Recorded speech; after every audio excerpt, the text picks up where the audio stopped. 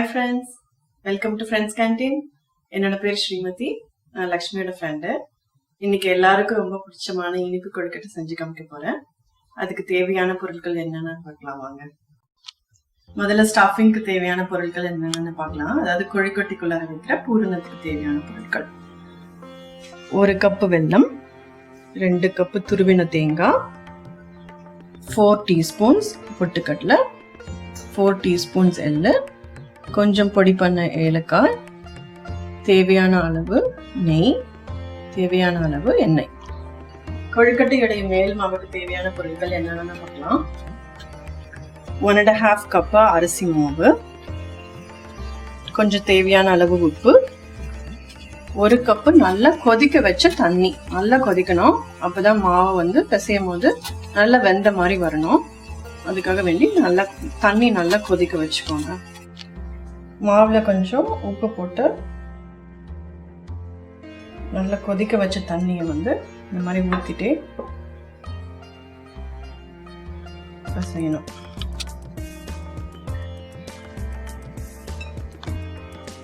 இந்த மாதிரி ஊற்றும் போது மாவு வெந்த மாதிரி வரும். அப்படியே ஊத்திட்டே கொஞ்சம் நல்லா கிளறிக்கோங்க. அப்படியே கிளறிக்கோங்க.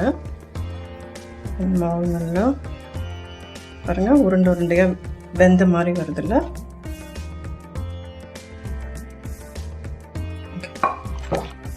இந்த மாதிரி கை வச்சு நல்லா கொஞ்சம் சூடாக இருக்கும், நல்லா பார்த்து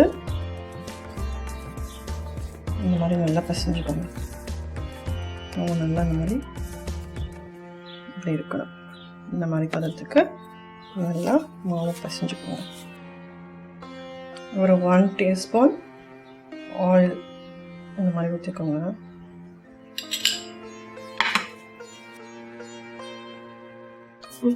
மாவு இந்த மாதிரி நல்லா இருக்கணும். ட்ரை ஆகாமல் இருக்கிறதுக்காக வேண்டி மூடி வச்சுடுங்க. பூரணம் எப்படி பண்ணுறதுன்னு பார்க்கலாம். இந்த மாதிரி ஒரு வெசல் எடுத்துட்டு 4 டீஸ்பூன்ஸ் அளவுக்கு எண்ணெய் போட்டுக்கோங்க. எடுத்து வச்ச இந்த பொட்டுக்கடலையை ஆட் பண்ணிக்கோங்க. அப்புறம் எள்ளு.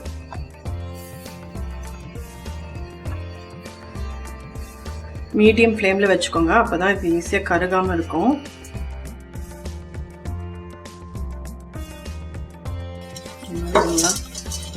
கொஞ்சம் லைட் ப்ரௌன் கலரில் ஆற வரைக்கும் பொட்டுக்கடலையும் எள்ளையும் இந்த மாதிரி வறுத்துக்கணும்.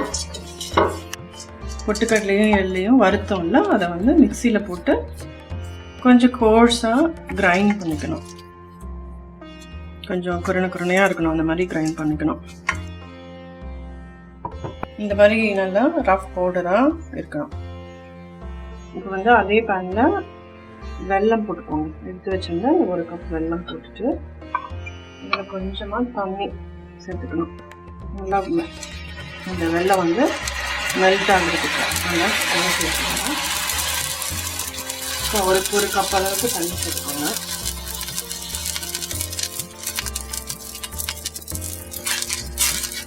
கொஞ்ச நேரம் இந்த மாதிரி நல்லா மெல்ட் ஆகட்டும். இது மெல்ட் ஆயிடுச்சு, வெல்லம் நல்லா மெல்ட் ஆயிடுச்சு. இதை எடுத்து வச்சா தேங்காவை ஆட் பண்ணிக்கிறோம். கொஞ்சம் மீடியம் ஃப்ளேமில் வச்சு பண்ணுங்க, ஏன்னா வெல்லம் ஈஸியாக அடி பிடிச்சிடும். பவுடர் பண்ண பொட்டுக்கடலை எள்ளு மிக்சர் அதையும் சேர்த்துக்கோங்க.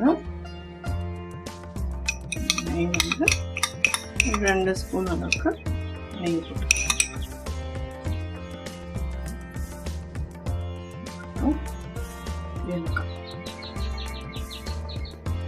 ஏலக்காய் போட்ட உடனே அந்த மாதிரி நல்ல வாசனை வரும். கொஞ்சம் நல்லா இது கொஞ்சம் லைட் திக் கன்சிஸ்டன்சிக்கு இந்த பூர்ணம் ரெடி ஆகணும். இந்த மாதிரி நல்லா கொதிச்சு சுருண்டு வரணும் இந்த பூர்ணம்.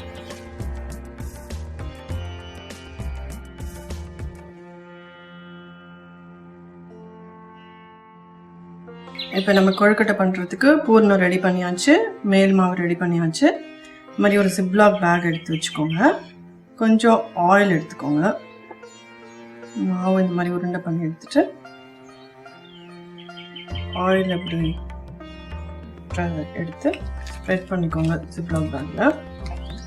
அப்புறம் வந்து ரைட் அப்படி ப்ரெஸ் பண்ணி நல்லா மெல்லிஸாக தட்டிக்கோங்க. நல்லா மெல்லிஸாக அப்படி தட்டிக்கணும். சைட்லலாம் கொஞ்சம் இந்த மாதிரி கிராக் இல்லாத மாதிரி நல்லா இந்த அளவுக்கு நல்லா மெல்லிஸாக தட்டிக்கணும்.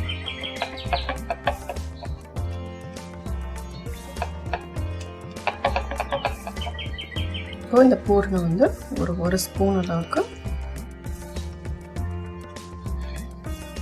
அப்படி நடுவில் வச்சுட்டு ஜிப்லாக் பேக்கோட எடுத்து இப்படி மடிச்சுக்கணும். இதுக்கு மோல்டு கூட இருக்கும், மோல்டு வச்சியும் பண்ணலாம். உங்ககிட்ட கொழுக்கட்டை பண்ணுறதுக்கான மோல்டு இல்லை, அதனால இந்த ஜிப்லாக் பேக்கில் பண்ணால் நல்லாவே வரும். இந்த கார்னர்லாம் ஃபோல்ட் பண்ணிக்கோங்க. இந்த மாதிரி கார்னர்லாம் லைட்டாக வேணும்னா ஒரு ஃபோர்க் வச்சு பண்ணால் ஒரு டிசைன் கிடைக்கும். கொழுக்கட்டையை எடுத்து இட்லி பாத்திரத்தில் அந்த இட்லி தட்டில் வந்து வச்சிடணும், ஸ்டீம் பண்ணி வேக வைக்கிறதுக்கு.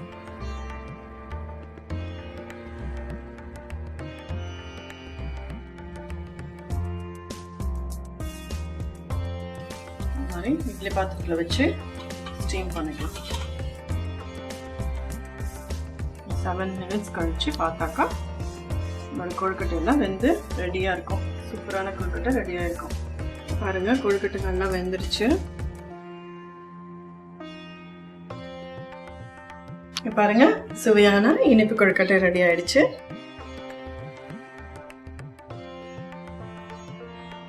இந்த வீடியோ உங்களுக்கு பிடிச்சிருந்ததுன்னா லைக் பண்ணுங்க, ஃப்ரெண்ட்ஸ் கேண்டீனுக்கு சப்ஸ்கிரைப் பண்ணுங்க, அப்படியே பக்கத்தில் இருக்க பெல் ஐக்கான் கிளிக் பண்ணுங்க. Thank you. Bye.